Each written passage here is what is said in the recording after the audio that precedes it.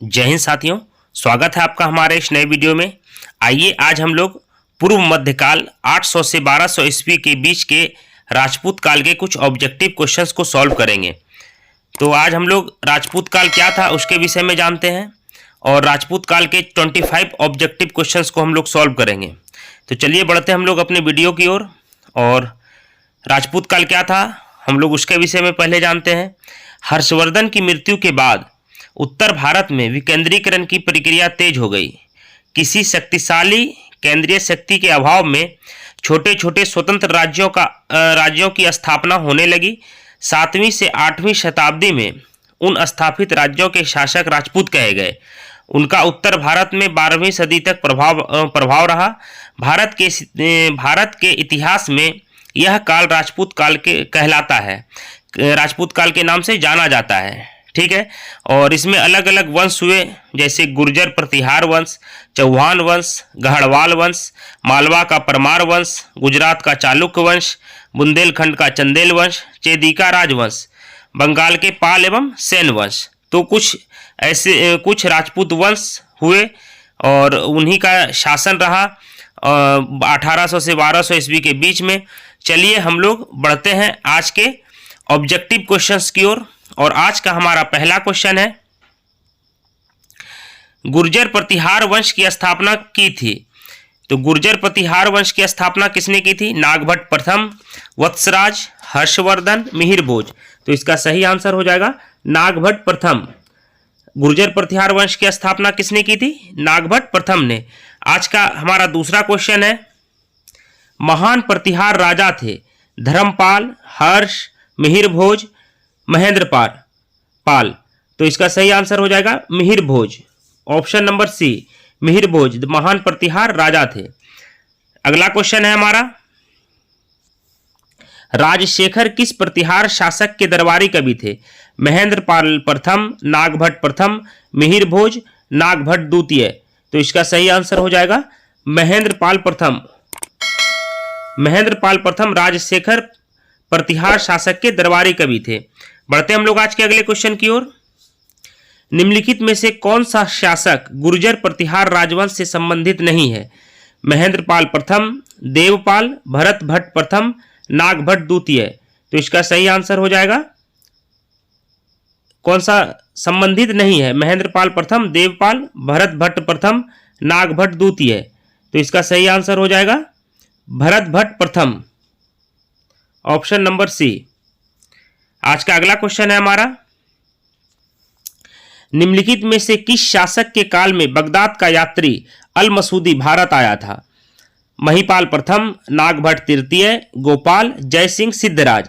तो इसका सही आंसर हो जाएगा महिपाल प्रथम। ऑप्शन नंबर ए, महिपाल प्रथम के शासन में बगदाद का यात्री अल मसूदी भारत आया था। आज का अगला क्वेश्चन है हमारा, गुर्जर प्रतिहार शासकों में से किसकी उपाधि आदि वाराह की थी? वत्सराज, नागभट्ट द्वितीय, मिहिर भोज, नागभट्ट प्रथम। तो इसका सही आंसर हो जाएगा Mihir Bhoj. Option number C. आज का अगला क्वेश्चन है हमारा, त्रिपक्षीय संघर्ष का आरंभ एवं अंत किसके द्वारा किया गया? प्रतिहार, पाल, राष्ट्रकूट, चोल।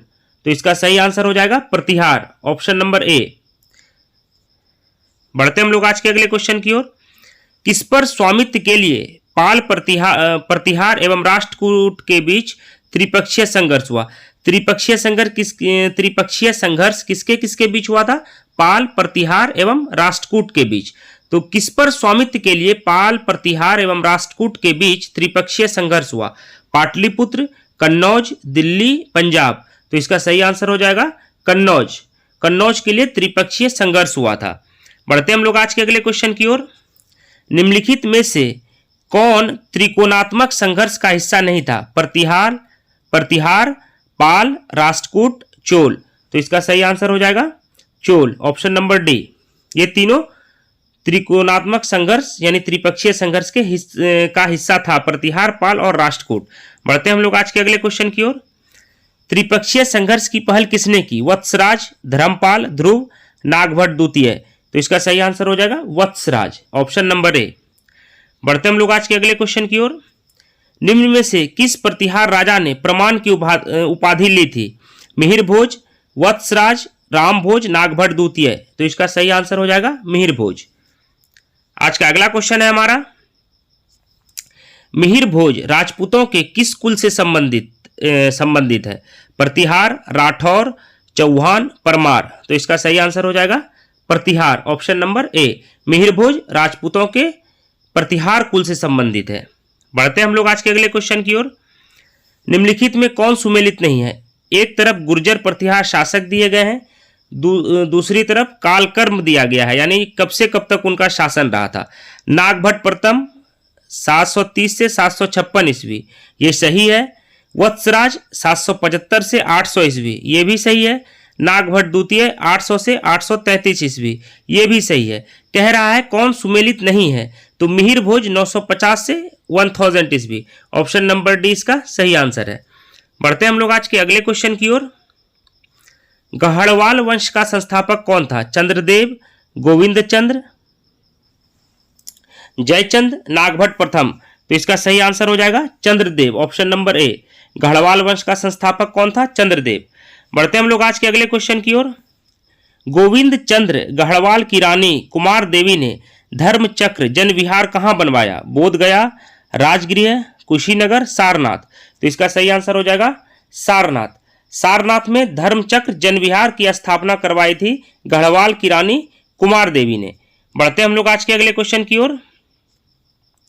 निम्नलिखित में कौन सा शब्द पृथ्वीराज चौहान, जिसको कि किलाए राय पिथौरा बोला जाता था, के नाम से प्रसिद्ध था? पृथ्वीराज प्रथम, पृथ्वीराज द्वितीय, पृथ्वीराज तृतीय, ये सभी। तो इसका सही आंसर हो जाएगा पृथ्वीराज तृतीय। पृथ्वीराज तृतीय को पृथ्वीराज चौहान बोला जाता था और किलाए राय पिथौरा भी बोला जाता था। बढ़ते हम लोग आज के अगले क्वेश्चन की ओर। हम्मीर महाकाव्य में चौहानों को बताया गया है चंद्रवंशी, ब्राह्मण, यदुवंशी, सूर्यवंशी। तो इसका सही आंसर हो जाएगा option D number Suryavanshi. Suryavanshi Hammir महाकाव्य में चौहानों को सूर्यवंशी बताया गया है। बढ़ते हम लोग आज के अगले क्वेश्चन की ओर। निम्नलिखित में से किस शासक द्वारा अजमेर की स्थापना की गई? अजयराज, बीसलदेव, पृथ्वीराज प्रथम, पृथ्वीराज तृतीय। तो अजयराज, इसका सही आंसर क्या हो जाएगा? अजयराज। अजयराज के द्वारा अजमेर की स्थापना की गई थी, ऑप्शन नंबर ए इसका सही आंसर है। बढ़ते हम लोग आज के अगले क्वेश्चन की ओर। किस वंश की सीमाएं सब्दलाक्ष के नाम से जानी जाती थी? परमार, चौहान, चालुक्य, गुहिल।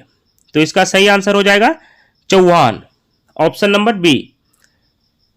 चौहान की सीमाएं सब्दलाक्ष के नाम से जानी जाती थी। बढ़ते हम लोग आज के अगले क्वेश्चन की ओर। पृथ्वीराज रासों के लेखक हैं कलहन, बिल्हन, जयानक, चंदबरदाई।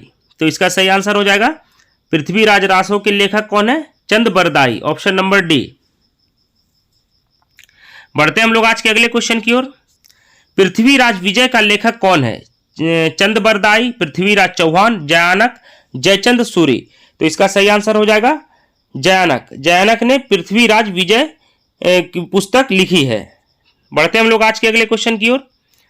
चंदेल वंश की स्थापना किसने की थी? नन्नुक, वासुदेव, उपेंद्र, कृतिवर्मन। तो इसका सही आंसर हो जाएगा Nannuk, option number A.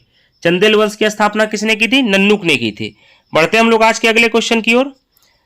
Jejak भुक्ति का प्राचीन नाम था बघेलखंड, बुंदेलखंड, मालवा, विदर्भ।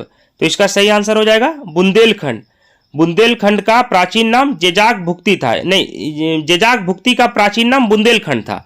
बढ़ते हम लोग आज के अगले क्वेश्चन की ओर।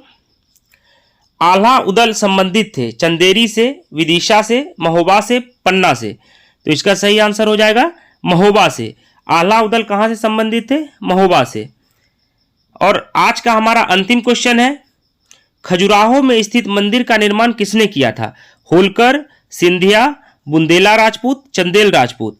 तो इसका सही आंसर हो जाएगा चंदेल राजपूत। चंदेल राजपूतों ने खजुराहो में स्थित मंदिर का निर्माण करवाया था। और ये खजुराहो में जितने भी मंदिरों का निर्माण हुआ था ये सब द्रविड़ शैली में हुआ था। उस समय दो शैलियां चलती थी, नागर शैली और द्रविड़ शैली। तो खजुराहो में स्थित मंदिर का निर्माण द्रविड़ शैली में हुआ था। तो ये हमारा आज का अंतिम क्वेश्चन था।